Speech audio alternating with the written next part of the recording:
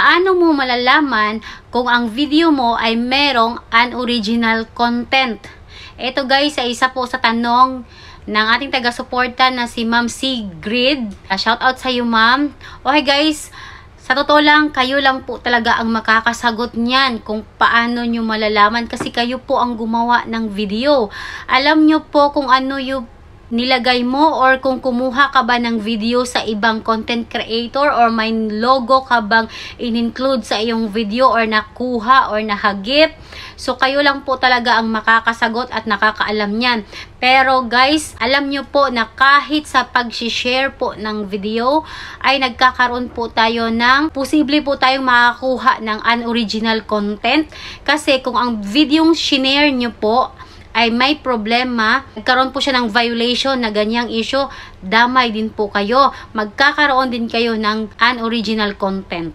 Based po sa mga nagre-report po sa akin or nagpapatulong, usually po na nagkakaroon ng unoriginal content violation ay yung mga naka-profile.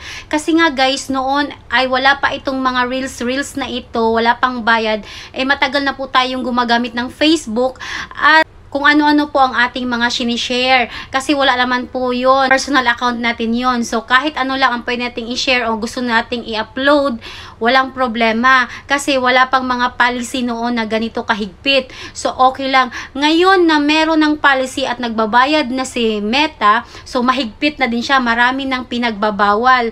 So, dahil dyan, lumalabas ang mga ganitong violation, lalong-lalo na po ang unoriginal content.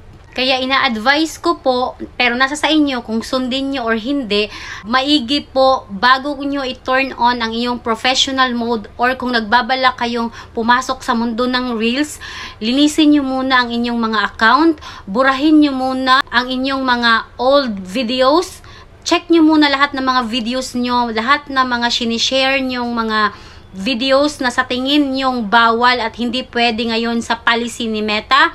Burahin nyo muna kasi pag once na kayo ay na-monetize, dyan po magsilabasan ang lahat ng inyong mga violation. So, yung iba guys, hindi pa monetize pagka turn on ng kanilang professional mode ay may lumalabas na mga violation. Pero yung iba naman, wala pa pong nagpapakitang violation. Saka lang po yan siya lalabas kapag may monetize na kayo kahit isang tools. Mas lalong-lalo na kapag kayo ay nagkaroon na ng ads on Reels at in-stream ads.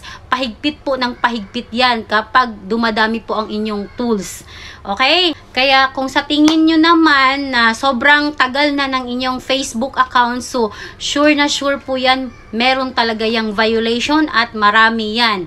So, mas maiging gumawa po kayo ng panibagong page or panibagong profile. Kasi pag bagong gawa kasi napaka-safe po niya at mas madali po talaga siyang ma-monetize. Pero okay lang naman kahit yung luma yung profile account ang gamitin nyo, wala naman pong problema. Basta mag-check lang po kayo para wala po kayong violation at makaiwas po, maglinis po siya, no? Siyempre, sayang din yung mga followers natin dyan, yung mga friends natin na automatic yung nagiging followers, sayang naman. At least dagdag na din yon. Sana may natutunan. Please share this video and follow mo ko for more tips. Thank you so much.